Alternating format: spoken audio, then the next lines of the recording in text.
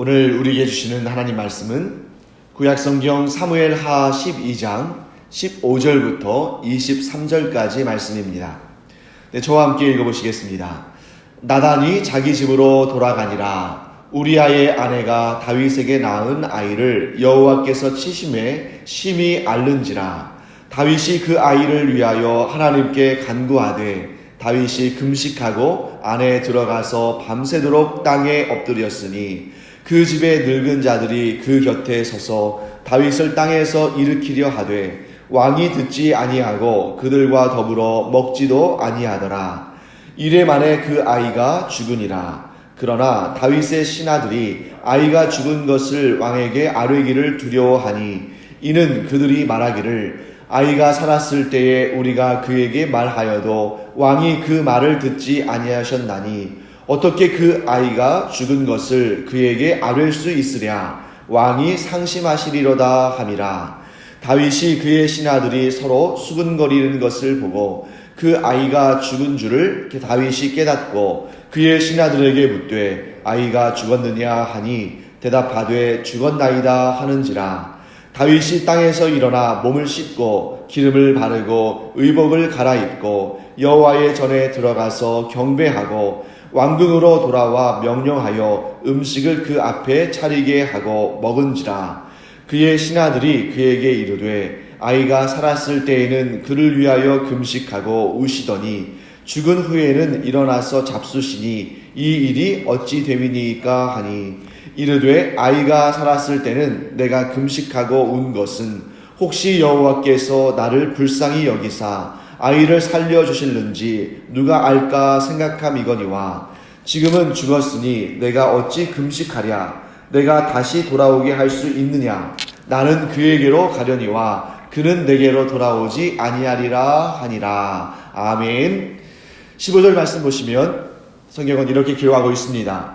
우리아의 아내가 다윗에게 낳은 아이를 여호와께서 치심에 심히 앓았다라는 그런 내용이 나옵니다. 자, 이 구절에서도 여러분 성경은 여전히 밧세바를 우리아의 아내라고 지칭하고 있습니다. 자, 우리아의 아내라는 그 지칭 속에는, 그 말 속에는 다윗과 밧세바의 관계가 적법한 것이 아니라는 것을 계속 지금 강조하고 있는 것입니다. 그래서 우리 지난 시간에 본 것처럼 하나님께서는 아무리 사랑하시는 자라 할지라도 그가 죄를 범했을 때 용납하지 않으신다 하는 것을 우리가 살펴봤습니다. 오히려 하나님께서 사랑하실수록, 오히려 하나님께서 아끼실수록 죄에 대해서 엄격하게 물으시는 것을 봅니다. 그래서 우리 성경을 보시면 이 다른 민족, 또 이스라엘이 아닌 다른 나라, 그리고 하나님께서 특별하신 은총이 머물지 않는 그런 사람들에게는 죄악이 관영할 때까지, 즉 죄악이 차오를 때까지, 넘칠 때까지 그냥 놔두시는 모습들을 우리가 보게 됩니다.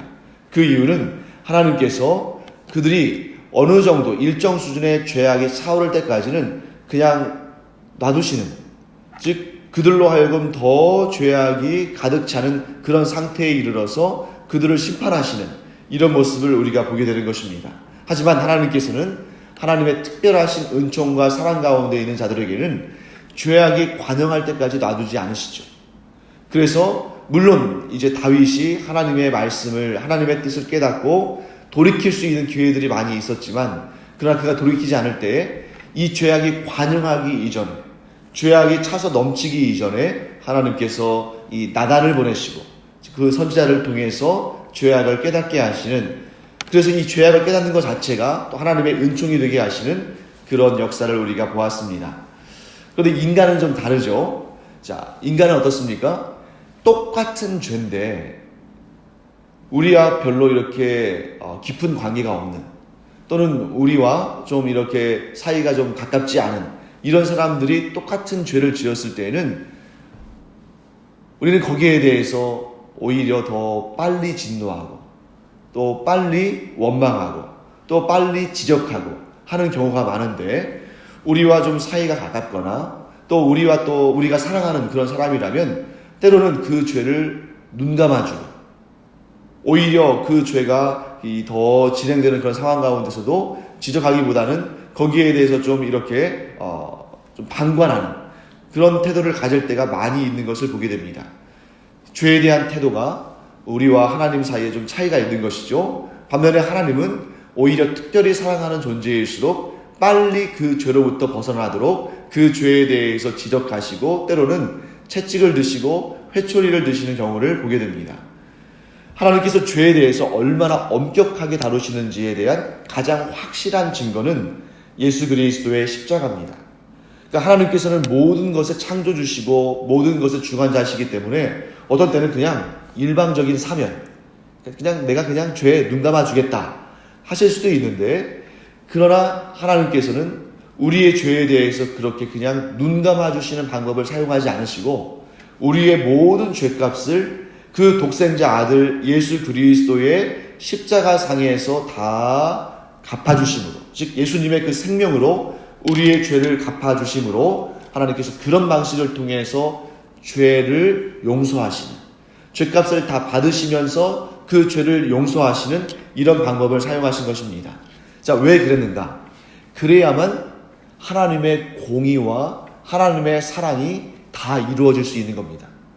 만일 하나님께서 우리를 사랑하신다고 해서 우리의 모든 죄에 대해서 그냥 눈 감아주시고 용납하시고 그냥 죄 없는 걸로 여겨주시겠다 이렇게 하신다면 하나님의 우리를 향한 사랑은 있을지언정 하나님의 공의는 이루어지지 않습니다.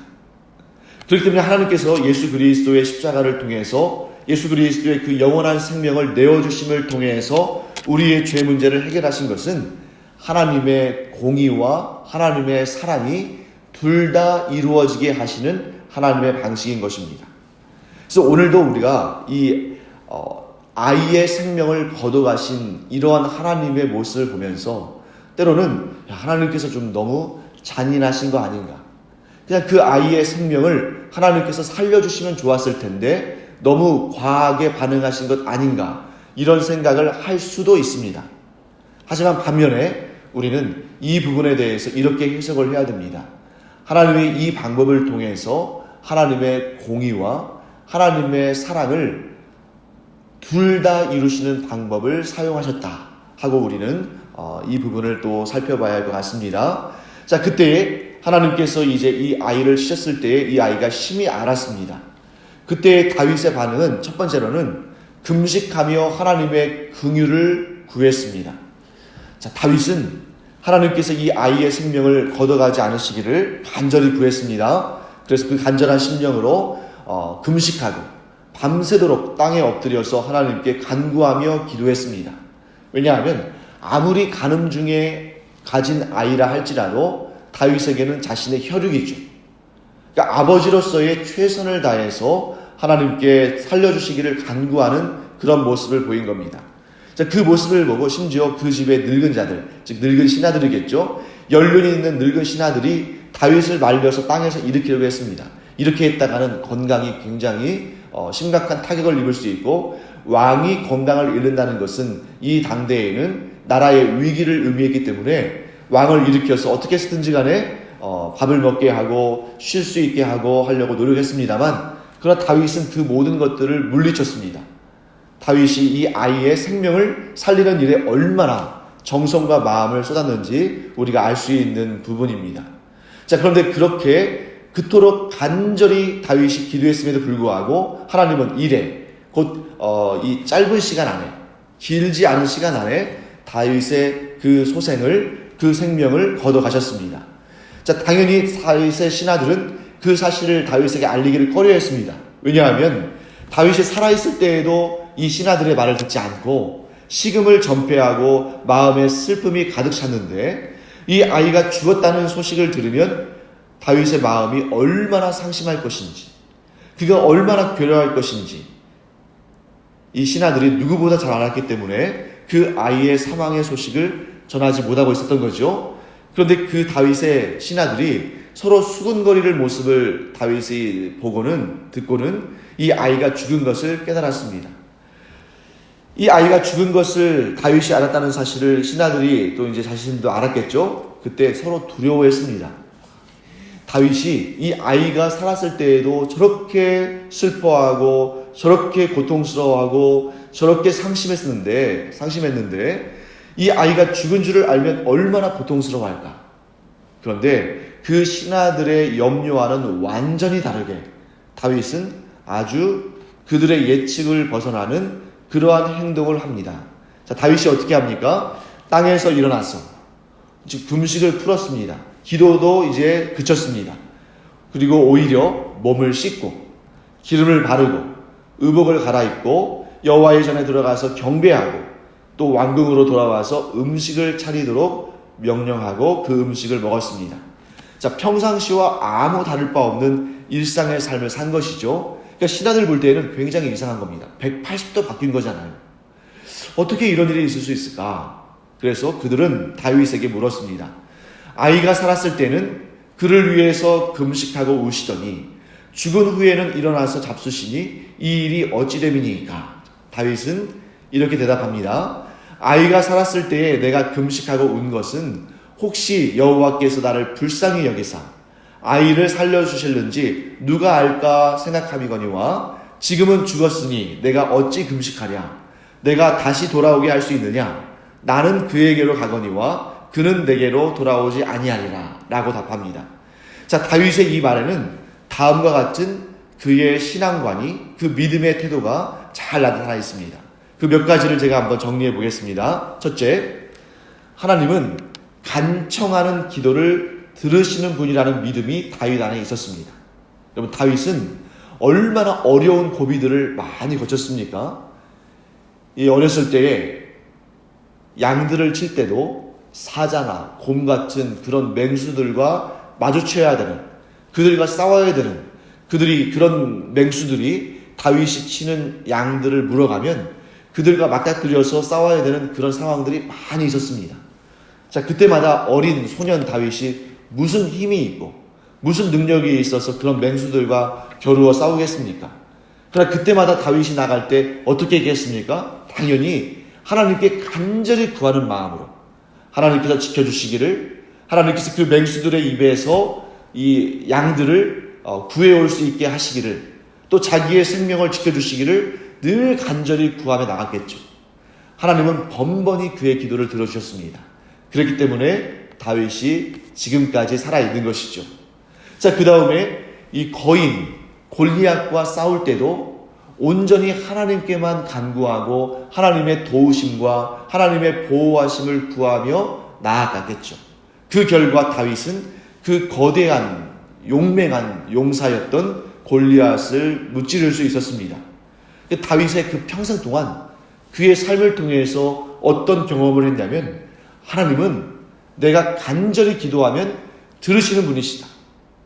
또 사울이 다윗을 죽이려고 그렇게 오랫도록 그렇게 번번이 공격했습니다만 그때마다 하나님께서 다윗의 기도를 들으시고 다윗을 살려주셨습니다. 즉, 다윗은 그의 인생 전체를 통해서 이 지식을, 이 믿음을 갖게 되는 것이죠. 하나님은 간청하는 기도를 들으시는 분이시다. 자, 그런데 두 번째, 이 두 번째가 굉장히 중요합니다. 그러나 기도에 응답하시는 것과 그 기도에 간구한 대로 응답하지 않으시는 것은 절대적으로 하나님의 뜻이다. 즉, 간구하고 기도하고 간청하는 것은 사람의 몫이지만, 그러나 그 기도에, 그 간청에 응답하시는 것은 절대적으로 하나님의 뜻이다. 이런 믿음이 다윗에게 있는 것입니다. 만일 다윗 안에 이러한 믿음이 없었다면 이 아이가 다윗의 그 간구와 간청에도 불구하고 죽었을 때에 다윗은 실족했을 겁니다. 오히려 이 아이가 살았을 때의 그 마음이 괴로웠던 것보다 더 크게 괴롭고, 그래서 많은 사람들이 그런 것처럼 하나님을 떠날 수도 있는 그런 상황입니다. 그럼에도 불구하고 지금 다윗이 오히려 아이가 죽은 다음에 일상의 삶으로 돌아와서 평소에 했던 그대로 살았던 이유는 다윗 안에 이런 믿음이 있었기 때문이죠. 비록 하나님의 뜻이, 하나님이 주신 그 결과가 내가 간구하고 내가 간청한 그 기도의 내용과 다르게 나타난다 할지라도 나는 하나님의 뜻에 따르리라. 나는 하나님의 뜻을 받아들일 것이다. 나는 하나님의 뜻에 순종할 것이다. 이런 믿음이 바로 다윗 안에 있는 가장 아름답고 복된 신앙의 태도다 하는 것을 알게 됩니다. 여러분, 우리는 분명히 이 내용을 알고 있습니다. 누가복음 11장 8절에서 10절에는 이런 내용이 나옵니다. 제가 한번 읽어드리겠습니다. 내가 너희에게 말하노니 비록 벗됨으로 인하여서는 일어나서 주지 아니할지라도 그 간청함을 인하여 일어나 그 요구대로 주리라. 내가 또 너희에게 이르노니 구하라 그러면 너희에게 주실 것이요 찾으라 그러면 찾아낼 것이요 문을 두드리라 그러면 너희에게 열릴 것이니 구하는 이마다 받을 것이요 찾는 이는 찾아낼 것이요 두드리는 이에게는 열릴 것이니라. 매우 유명한 예수님의 말씀입니다. 그런데 여기에서 우리가 분명히 알아야 할 사실은 구하는 이마다 받는다고 예수님께서 약속하셨는데, 때로 내가 간절히 구했는데 내가 기도한 대로 이루어지지 않았을 때에 나는 그 기도의 응답을 받지 못했노라 라고 말하는 경우가 많이 있지만 사실은 그렇지 않다는 것입니다. 예수님께서 이렇게 말씀하지 않으셨습니다.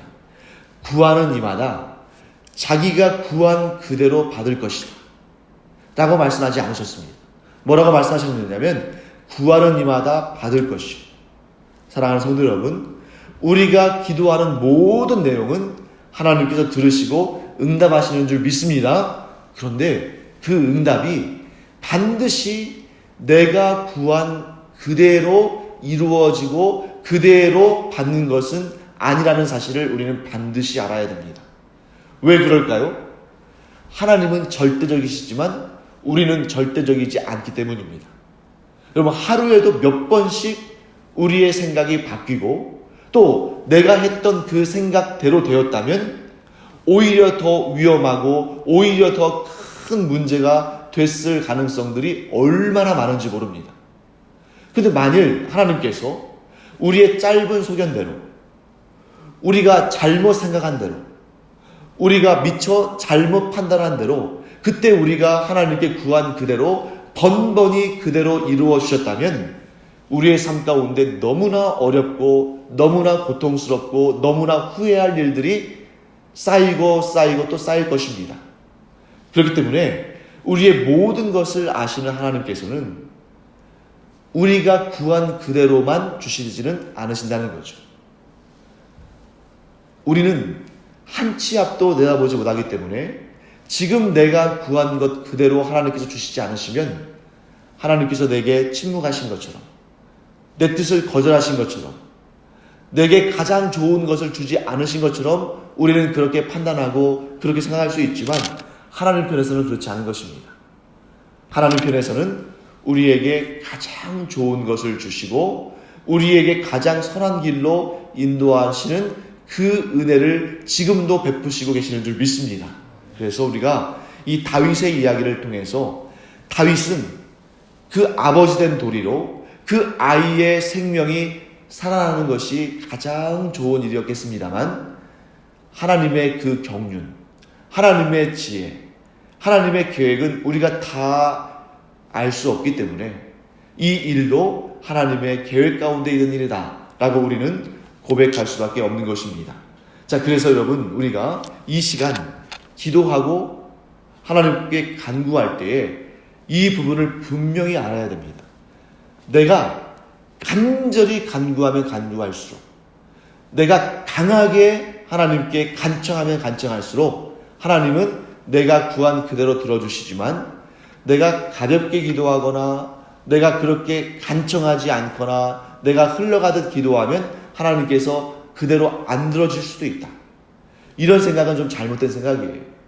그러니까 내가 얼마나 간절하게, 내가 얼마나 강력하게 기도하냐에 따라서 그렇게 내가 간청을 하면 하나님께서는 내 기도를 그대로 들어주시고, 그렇게 간절하게 간청하지 않으면 내 뜻대로 들어주시지 않으시고, 이게 아니라 하나님의 응답의 방법은 우리가 알지 못하는 것까지 다 아시는 하나님께서 우리가 무엇을 구하든지 간에 그 우리의 간구를 들으시지만 하나님 보시기에 가장 좋은 응답을 주신다. 이런 믿음으로 우리가 하나님 앞에 기도하기를 간절히 원합니다. 그렇기 때문에 우리는 이 믿음을 가지고 있으면 내 뜻대로, 내가 구한 대로, 내가 생각한 대로, 내가 계획한 대로 하나님께서 우리에게 응답하지 않으시거나 그 길로 우리를 이끌어가지 않으실 때에도 오히려 우리 안에는 이런 고백이 있어야 됩니다. 내 뜻과 다르게 응답하실 때에는, 내 계획과 다른 길로 이끌어 가실 때에는 내 생각보다 더 깊고 넓고 풍성하신 하나님의 그 뜻 가운데 하나님께서 계획하신 길이 있으시구나. 하나님께서 더 선하고 복된 길로, 나에게 가장 좋은 길로 인도하시는 과정이구나 하는 것을 우리가 깨닫고 믿으며 그 하나님을 향해서 하나님의 선하신 계획을 기대하는 여러분과 제가 되기를 간절히 축원합니다. 기도하겠습니다. 하나님, 주님의 은혜를 감사드립니다. 저희들은 짧은 소견을 가진 사람들이기 까닭에 때때로 이리저리 흔들리기도 하고, 또한 저희들이 간구한 그 내용이 결국에는 저희들에게 좋지 않은 결과를 가져오게 될 그러한 위험한 상황에 놓일 수도 있는 그러한 연약한 자들임을 이 시간 고백합니다. 그렇기 때문에 하나님, 짧게는, 좁게는 우리 자신의 인생들, 또 넓게는 우리의 가족, 또 우리의 공동체, 또 더 나아가서 하나님의 그 자녀들의 공동체 가운데 하나님은 모든 것들을 다 고려하시며 가장 좋은 길을 내시고 가장 좋은 것을 주시는 분이신 줄 믿습니다. 그러나 저희들은 때때로 그것을 깨닫지 못하고 하나님께서 저희가 구한 그대로 응답하지 않으실 때에 때로는 믿음이 흔들리기도 하고 상심하기도 합니다. 하지만 주님, 오늘 우리가 다윗을 통해서 배운 것처럼 하나님의 선하신 계획, 하나님의 그 깊고도 오묘하신 계획을 우리가 다 알 수 없지만 그 뜻이 이루어질 때에 저희가 하나님 앞에 감사하고 기뻐하고 그 뜻에 순종하는 믿음의 사람들이 되게 하여 주시옵소서. 저희 안에 이런 믿음 있게 하여 주시기를 간절히 원합니다. 하나님은 나를 사랑하심으로 내게, 즉 하나님의 자녀된 나에게 가장 좋은 길을 여시고 가장 귀하고 복된 것들로 응답하신다는 이 믿음을 가지고 주 앞에 항상 감사하며 기뻐하는 주의 종들 되게 하여 주시옵소서. 감사드리며 예수님의 이름으로 축복하며 기도합니다. 아멘. 이제는 우리 주 예수 그리스도의 은혜와 하나님 아버지의 무한하신 사랑과 성령의 감동, 감화, 위로, 교통하심이 이 시간 비록 내가 구한 그대로 응답하지 않으신다 할지라도 하나님께서는 내게 가장 좋은 길을 내시고 가장 귀하고 복된 것으로 응답하신다는 믿음을 갖고 기도하는 주님의 사랑하시는 기도자들 위에 이제로부터 영원토록 함께 있을지어다. 아멘. 우리 이 시간 기도할 때에 하나님께 간절히 간구하는 기도하기를 바랍니다. 그러나 동시에 이 믿음 가지고 기도하기를 바랍니다. 어떤 경우든지 간에 하나님께서 내게 주시는 그 응답이 가장 귀한 응답이다. 내가 생각하고 내가 바라는 것은 최선이 아닐 수 있지만 하나님께서 내게 여시는 길과 하나님께서 내게 채우시는 응답은 최선의 것이다 하는 믿음을 가지고 하나님 앞에 기도하며 나아가며 응답받는 여러분과 제가 되기를 바랍니다. 기도하겠습니다.